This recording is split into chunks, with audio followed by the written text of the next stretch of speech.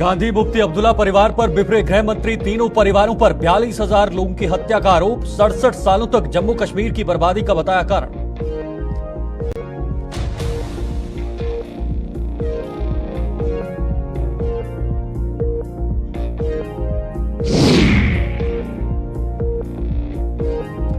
किश्तवाड़ में 30 सालों के बाद लौटा movie theatre. Digital movie theatre लोगों को किया गया समर्पित। उपराज्यपाल ने जम्मू राजभवन से किया ई उद्घाटन।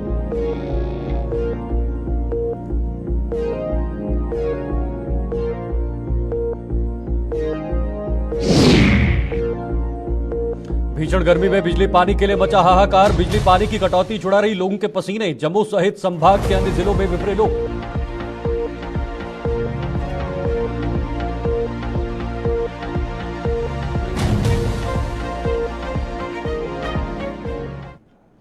नमस्कार, गुलिस्तान न्यूज देख रहे हैं आप और जम्मू कश्मीर के इस खास बुलेटिन के साथ मैं शीतल शर्मा। खबरों की शुरुआत करते हैं। गांधी अब्दुल्ला और मुफ्ती परिवारों पर हमला बोलते हुए केंद्रीय गृह मंत्री अमित शाह ने इन तीन परिवारों को 1947 से 2014 तक जम्मू कश्मीर में 42,000 लोगों की हत्या के लिए जिम्मेदार ठहराया है। जम्मू के भगवती नगर रैली ग्राउंड में एक विशाल सभा को संबोधित करते हुए कहा कि वे दिन चले गए जब तीन परिवार शासन कर जम्मू कश्मीर को बर्बाद कर रहे थे। उन्होंने कहा कि श्रीनगर में सफल G20 एक बड़ी सफलता थी। और क्या कुछ कहा, आइए आपको बताते हैं।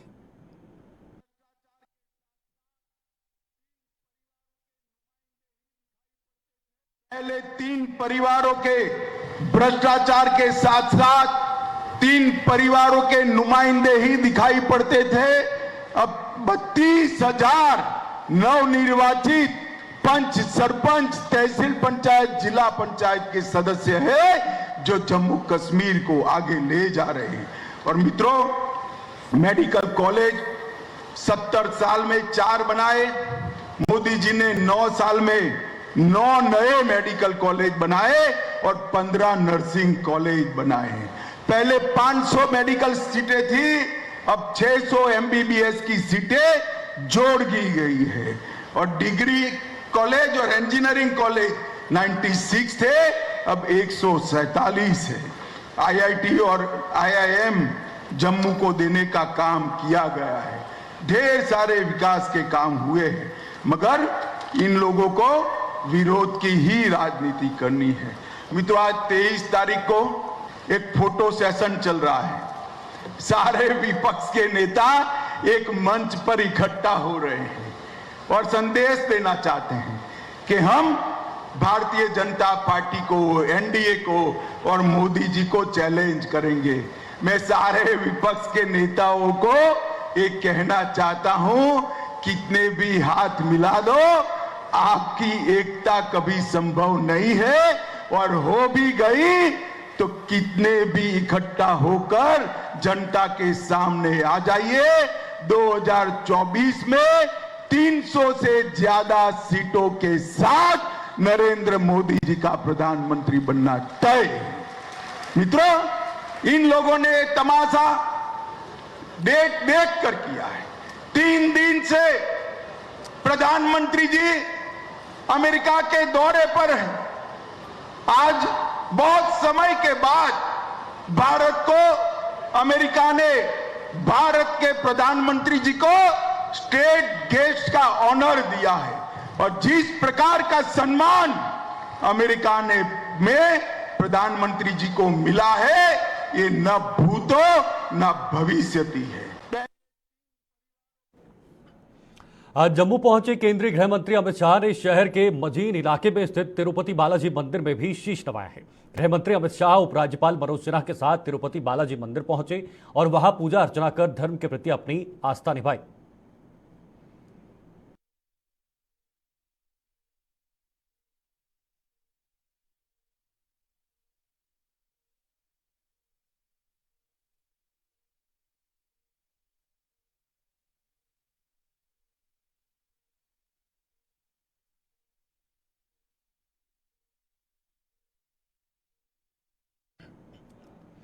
तो वहीं उपराज्यपाल मनोज सिन्हा ने कहा कि किसी भी विकसित समाज में प्रतीकों का बेहद महत्व होता है और सिनेमा इसमें अहम भूमिका निभाता है।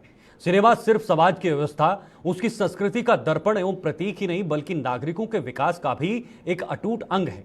किश्तवाड़ के टूरिस्ट रिसेप्शन सेंटर में खोले गए डिजिटल मूवी थिएटर का आज जम्मू के राजभवन से ई उद्घाटन करते हुए उपराज्यपाल ने ये बातें कही हैं। उन्होंने कहा कि 30 साल बाद किश्तवाड़ में शुरू हो रही सिनेमा की स्क्रीनिंग मात्र मनोरंजन ही नहीं बल्कि 21वीं सदी में हो रहे बदलाव का भी प्रतीक है। उन्होंने इस पहल के लिए किश्तवाड़ के डीसी को भी जमकर पीठ थपथपाई।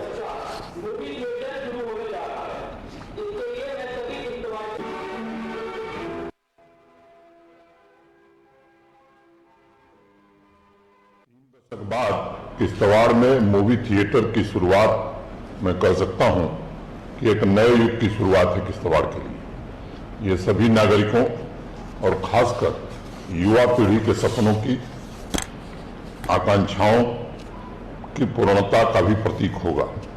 मैं टूरिस्ट रिसेप्शन सेंटर किश्तवाड़ में निर्मित किए गए picture time digital movie theatre के उद्घाटन की आप सभी को हृदय से बहुत बहुत बधाई देता हूं और डीसी किश्तवाड़ की विशेष रूप से सराहना करता हूं कि अल्प समय में किश्तवाड़ के जन भावनाओं को समझते हुए अनेक सराहनीय पहल डीसी किश्तवाड़ ने पिछले कुछ महीनों में की है। मैं मानता हूं कि किसी भी विकसित एवं आकांक्षी समाज में प्रतीकों का बहुत महत्व होता है। सिनेमा सिर्फ समाज की व्यवस्था, उसकी संस्कृति का दर्पण एवं प्रतीक नहीं है बल्कि वो नागरिकों के विकास का भी एक इंटीग्रल हिस्सा है। सिनेमा हमारे आसपास बदलावों और सपनों का भी प्रतिबिंब है। 30 साल बाद किश्तवाड़ में सिनेमा स्क्रीनिंग की शुरू हो रही परंपरा को मैं मात्र मनोरंजन के रूप में नहीं देख रहा हूं बल्कि मैं मानता हूं कि इसमें 21वीं सदी में हो रहे बदलाव, उसके लाभ से आवाम की जुड़ने की ललक और उसकी आकांक्षा भी शामिल है। आने वाले भविष्य में इस क्षेत्र से जुड़ने का अवसर मिलेगा। साथियों, जिस प्रकार सिनेमा की सृजनात्मकता भाषाओं और सीमाओं से परे होती है, उसी तरह समाज भी परिवर्तन तथा तरक्की के लिए अपने ख्वाबों को किसी सीमा में नहीं बांधता है। लंबे समय तक जम्मू कश्मीर ने सपने देखने बंद कर दिए थे, लेकिन अब तरक्की के नए सपने जगे हैं और किश्तवाड़ आज उसका साक्षी बन रहा है। मैं आप सबको एक बार पुनः इस शुरुआत की बधाई देता हूं, शुभकामनाएं देता हूं और उम्मीद करता हूं कि जिस तरह से G20 के आयोजन में पूरे जम्मू कश्मीर की आवाम ने मिलकर के सहयोग किया, आने वाले दिनों में श्री अमरनाथ जी की जो यात्रा है उसमें भी जम्मू कश्मीर के नागरिक बढ़ चढ़ करके हिस्सा लेंगे और किश्तवाड़ के लोग भी इसमें पूरा सहयोग करेंगे। बहुत बहुत धन्यवाद। आगे बढ़ते हैं। केंद्रीय गृह मंत्री अमित शाह के दौरे के मद्देनजर आईबी से लेकर एलओसी तक बढ़ाई गई सुरक्षा के चलते सुरक्षा बलों को एक बड़ी कामयाबी हाथ लगी है। सुरक्षा बलों ने कुपवाड़ा में एलओसी पर घुसपैठ की एक बड़ी कोशिश को नाकाम करते हुए 4 आतंकवादियों को मार गिराया है। ये चारों आतंकी कुपवाड़ा के बाछल सेक्टर के काला जंगल से इस ओर घुसपैठ की कोशिश कर रहे थे, जिन्हें एक संयुक्त अभियान में सेना और पुलिस ने ढेर कर दिया है। जम्मू कश्मीर पुलिस के मुताबिक ये आतंकी पाक अधिकृत जम्मू कश्मीर से घुसपैठ कर रहे थे, जिन्हें समय रहते मार गिराया गया। आपको बता दें, सुरक्षा बलों ने इससे पहले 16 जून को कुपवाड़ा में भी एलओसी पर जुमागढ़ इलाके में घुसपैठ कर रहे 5 आतंकियों को ढेर कर दिया था।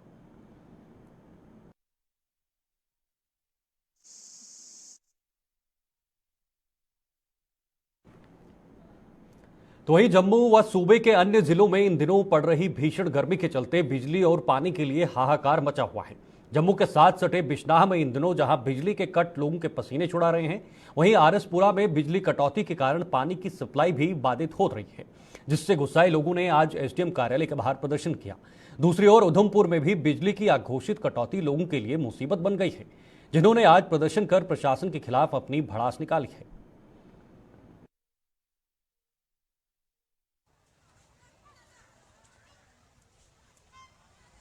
क्यों साढ़े बशाज क्यों ऐसी गल है भाई जो 6-6 घंटे 8-8 घंटे 12-12 14-14 घंटे जो मतलब पावर कट चला रहा है, ऐसी किस स्थिति है, मतलब क्या कमजोरी है मतलब सारी सिक्योरिटी सिस्टम के विच।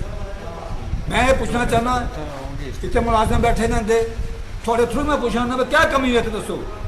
अगर तुम पुराने अगर कम से कम मैं पूछना नहीं ना ज़्यादा मैं आखी सकता करैक्ट 150 के करीब इतना ट्रांसफार्म होना साड़ी बशाह एरिए के, फिर भी बत्ती की मतलब इन्नी कमी है, फिर भी बत्ती का इन्ना मतलब बुरा हाल है कि दुनिया का जीना बड़ा मुहाल है।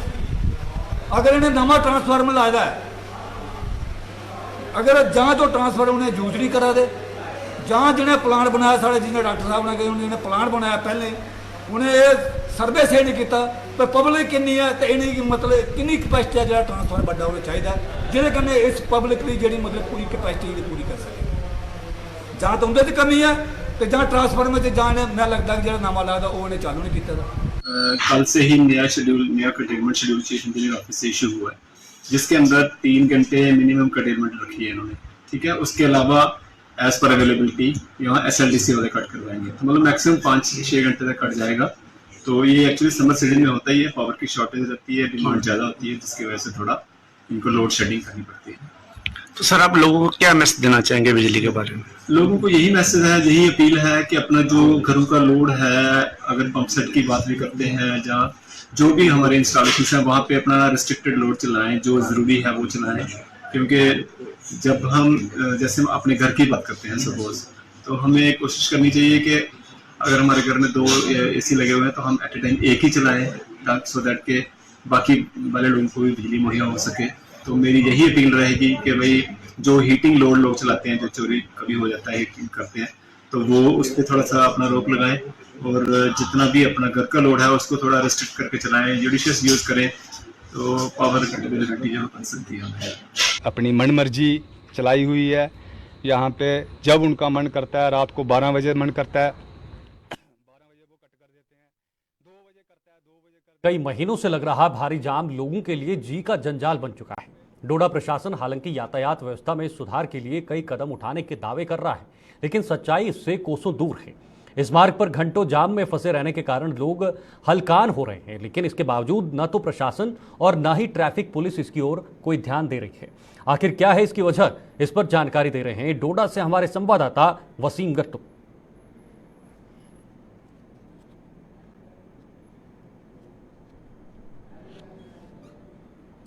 चलिए, हमारे साथ इस वक्त वसीम गट्टू जो है वो जुड़ चुके हैं, सीधे उनका रुख करते हैं और पूरी जानकारी इस खबर से संबंधित लेते हैं। वसीम, जाम जो है वो लगातार डोडा के लिए मुसीबत का सबब बना हुआ है, लोगों को काफ़ी मुश्किलातें होती हैं, तो आखिर प्रशासन क्या गहरी नींद में सोया है? जी, तो लगातार पिछले कुछ टाइम से दिखा रहे हैं आपको कि किस तरह की तस्वीरें जो है डोडा से नजर आ रही हैं। ये देख सकते हैं आप, कुछ लोगों ने हमें ये तस्वीरें भेजी, यानी कि विजुअल्स भेजे हैं। सुबह के 10 बजे के करीब तस्वीरें सामने निकल के आई और यहाँ पे देखेंगे आप जो भरत रोड का एरिया है, नगरी का इलाका है या GMC की तरफ जो रास्ता जाता है, वहाँ पे आपको इस तरह की तस्वीरें लगातार पिछले कुछ टाइम से देखी। इसमें सुधार भी देखने को मिला, मगर उसके बाद वही तस्वीरें वही हालात देखने को मिले, यानी कि लोग काफी ज्यादा परेशान है। और आपको ये भी बताना चाहूंगा, जो GMC के लिए रास्ता जाता है वहाँ पे अक्सर ट्रैफिक जाम जब रहता है तो पेशेंट बहुत सफर करता है। एक तरफ से धूप भी काफी ज्यादा है, इसकी वजह से भी लोग काफी ज्यादा परेशान है। दूसरी तरफ से कुछ टीचर्स का ये भी बताना है कि प्रॉपर टाइम पे हम स्कूल नहीं पहुंचते, उनकी तरफ से भी बताया गया था। उनसे मैंने जब कुछ दिन पहले बात की थी, उनको भी बहुत सारी दिक्कतों का सामना करना पड़ता है। भरत रोड का इलाका है, भरत रोड के इलाके में आप देख सकते हैं कि बहुत सारे इलाके इस रास्ते से जुड़ते हैं, बहुत सारे हमारे जो सिटी के कुछ रास्ते हैं इस रास्ते से जुड़ते हैं। मगर आप देखेंगे कि पुलिस नाका भी वहाँ पे मौजूद है, तो कहीं हम देख रहे हैं कि वो जमीनी सतह के जो हालात है वो सुधर नहीं रहे हैं। एडमिनिस्ट्रेशन अपने लेवल पे अच्छा काम कर रही है, मगर उसके बाद जो है वो असर उसका देखने को नहीं मिल रहा है। तो लोगों की तरफ से कई सारे इल्जाम लगाए जा रहे हैं। आज भी मैं लोगों से जब बातचीत कर रहा था, उनका ये कहना था कि कंटिन्यू बेसिस पे जो हम देख रहे हैं कि एडमिनिस्ट्रेशन अपना काम करे वो कंटिन्यू ये रखना चाहिए। यही नहीं कि खाली आप मार्केट के अंदर निकलेंगे, फोटो उठाएंगे तो वो काम हो जाएगा, ऐसा नहीं चलेगा। क्योंकि तो वजह क्या है जाम लगने की? क्या आम लोगों को अपनी जिम्मेदारियां जो है वो समझ नहीं आ पा रही हैं, या ट्रैफिक व्यवस्था की लचरता है? क्या वजह क्या है इसकी? देखिए, मैं आपको 2 बातें बताऊंगा। पहले तो एक है हमारी खुद की लापरवाही काफी ज्यादा देखी जाती है। लापरवाही ये देखी जाती है कि इर्द गिर्द में देखिए रास्ते के दोनों तरफ से गाड़ियां पार्क की जाती हैं। गाड़ियां तो हम लाखों की लेते हैं, मगर ये नहीं हमें पता है कि इससे कोई शख्स को नुकसान भी हो सकता है, किसी की जान भी जा सकती है। एक चीज और देख सकते हैं आपकी म्युनिसिपल काउंसिल को थोड़ा देखना चाहिए, जिनके एग्जीक्यूटिव ऑफिसर है।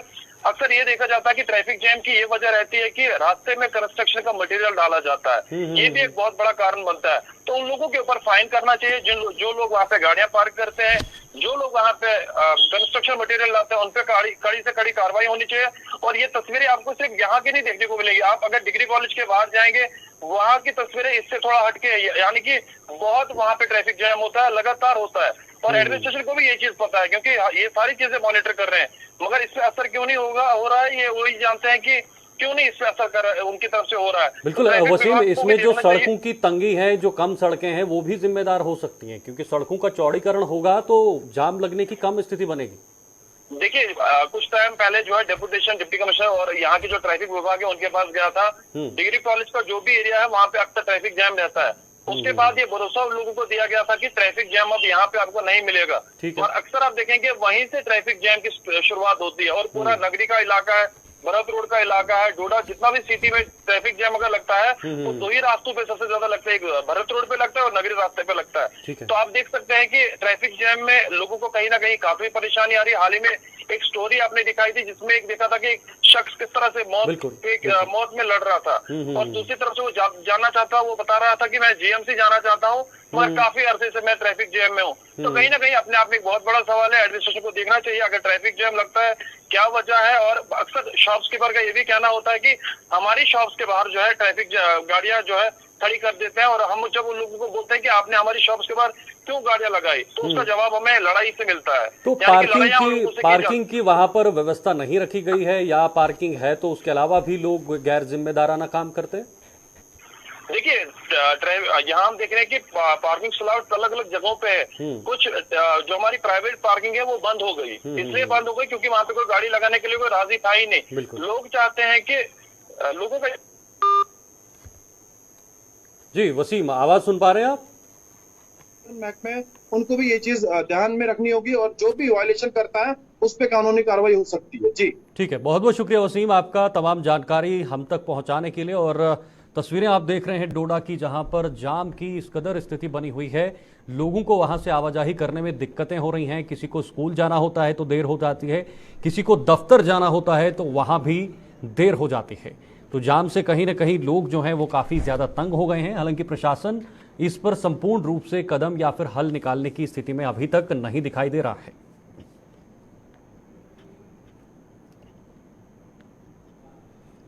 पेट की आग जब सुलगती है तो इसे बुझाने के लिए इंसान कुछ भी करने को विवश हो जाता है। कोई चिलचिलाती धूप में पत्थर तोड़ने पर मजबूर हो जाता है और कमजोर सड़क पर खड़ा होकर हाथ फैलाकर भीख मांगने पर मजबूर हो जाता है। कुछ लोग इस पेट की आग को बुझाने के लिए लोगों के सामने अपनी कला का प्रदर्शन करते हैं और पेट की आग को बुझाने का साधन जुटाते हैं। ऐसा ही एक व्यक्ति है जो विभिन्न रूप धारण कर लोगों को मनोरंजन कर अपने और अपने परिवार के पेट की आग बुझाता है। पेश एक रिपोर्ट। इसके सिवा और जाना कहां भाई, जरा देख के चलो, दाएं भी नहीं बाएं भी, ऊपर भी नहीं नीचे भी, ए भाई। जोकर का रूप धारण कर यह व्यक्ति किसी फिल्म या फिर सीरियल की शूटिंग नहीं कर रहा है, बल्कि यह व्यक्ति जोकर बनकर पुंछ वासियों का मनोरंजन कर अपनी रोजी रोटी कमा रहा है।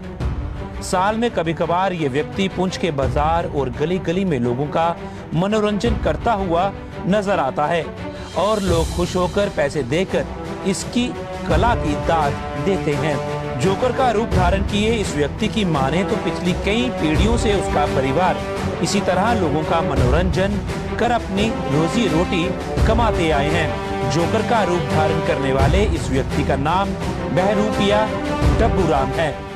बहरूपिया डब्बूराम हमारा खानदानी काम है बहरूपिये का जी। दादा परदादा से काम चलता रहा, राजा महाराजा। पिछले 30-35 वर्षों से बहरूपिया डब्बूराम पुंछ राजौरी में लोगों का मनोरंजन कर रहा है और हर कस्बे का बच्चा बच्चा बहरूपिया डब्बूराम और उसकी कला से भली भांति परिचित है। इसलिए मेरे को 30-35 साल हो गए, यहाँ के बच्चे बच्चा मेरे को वाकफ है और मैं मनोरंजन करता हूँ, सबको पब्लिक को खुश करता हूँ और अपना जोकर का रोल दिखलाता हूँ। पंजाब के लुधियाना शहर का रहने वाला बहरूपिया डब्बूराम पुंछ और राजौरी जिले के विभिन्न कस्बों में जाकर अपनी कला का प्रदर्शन करके अपने और अपने परिवार के पेट की आग को बुझा रहा है। पुंछ और राजौरी के लोग बहरूपिया डब्बूराम की कला के दीवाने हैं। वहीं बहरूपिया डब्बूराम भी अनेक रूप धारण कर यहाँ के लोगों का भरपूर मनोरंजन कर रहा है। लुधियाने से जनाब, आपको पता ही है कितने सालों से मैं आ रहा हूँ, तो जी बस सिटी में, राजौरी में, पुंछ में, सुंदरबनी, नशेरा, कालाकोट, टोनी, पामला, सभी जगह तो चल जाता है, बच्चों का गुजारा हो रहा है। पुंछ और राजौरी के लोग बहरूपिया डब्बूराम की कला के दीवाने हैं।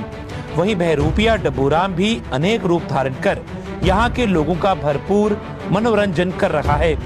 बहरूपिया डब्बूराम जहां अपनी कला से लोगों का मनोरंजन कर रहा है, वहीं जोकर के अंदाज में लोगों को देखकर चलने का संदेश भी दे रहा है।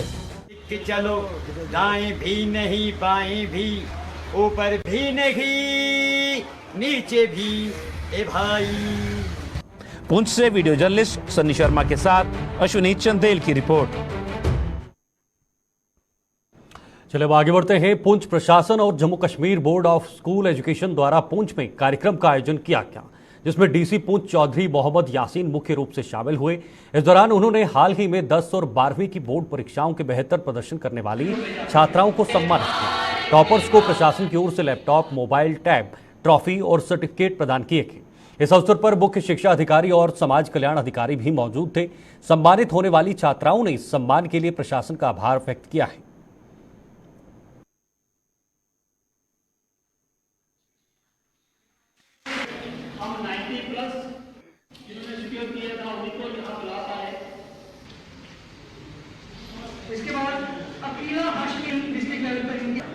सबसे पहले तो मैं I am very thankful to deputy commissioner sir, chief education officer sir, तो उन्होंने इतना अच्छा प्रोग्राम हमारे लिए ऑर्गेनाइज किया टू अप्रिशिएट अस। तो उसके बाद में प्रिंसिपल सर का भी काफ़ी थैंकफुल हूँ, क्योंकि उन्होंने भी हमें काफ़ी मोटिवेट किया, सपोर्ट की हमें।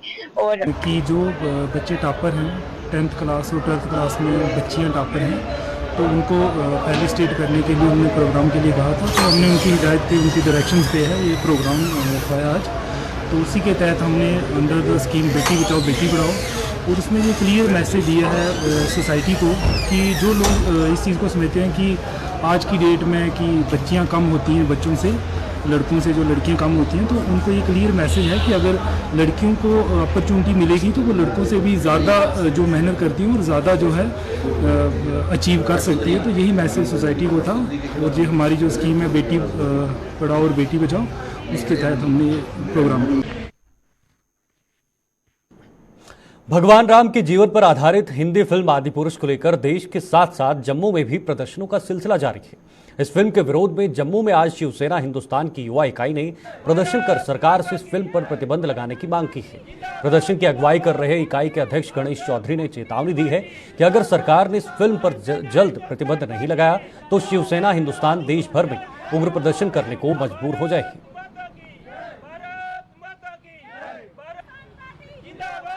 बताया गया है शिवसेना हिंदुस्तान पार्टी पूरे देश में बड़े पैमाने पर प्रोटेस्ट कर रही है। आज हम सरकार को ये चेतावनी दे रहे हैं कि इस फिल्म को जल्द से जल्द बैन किया जाए। शिवसेना हिंदुस्तान पार्टी रोडों पर आ जाएगी जनता को लेकर।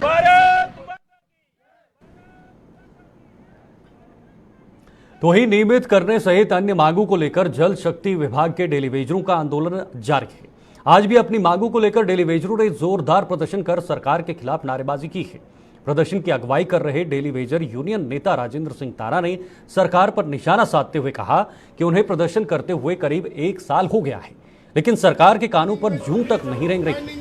मौजूदा सरकार ने कई समस्याओं का समाधान किया है, लेकिन उनके प्रति सरकार गंभीर नजर नहीं आ रही है। डेलीवेजरों ने चेतावनी दी कि अगर जल्द उनकी मांगें पूरी न हुई तो वो अपने आंदोलन को उग्र रूप देने को मजबूर हो जाएंगे।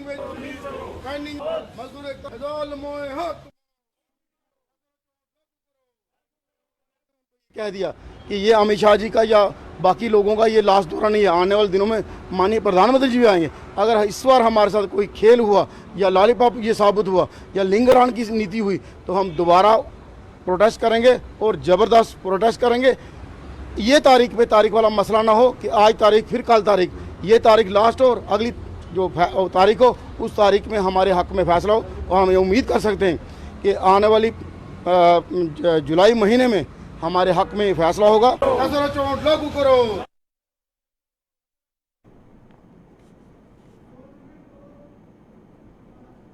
चलिए इस खास बुलेटिन में फिलहाल के लिए इतना ही। आप देखते रहिए गुलिस्तान न्यूज। नमस्कार।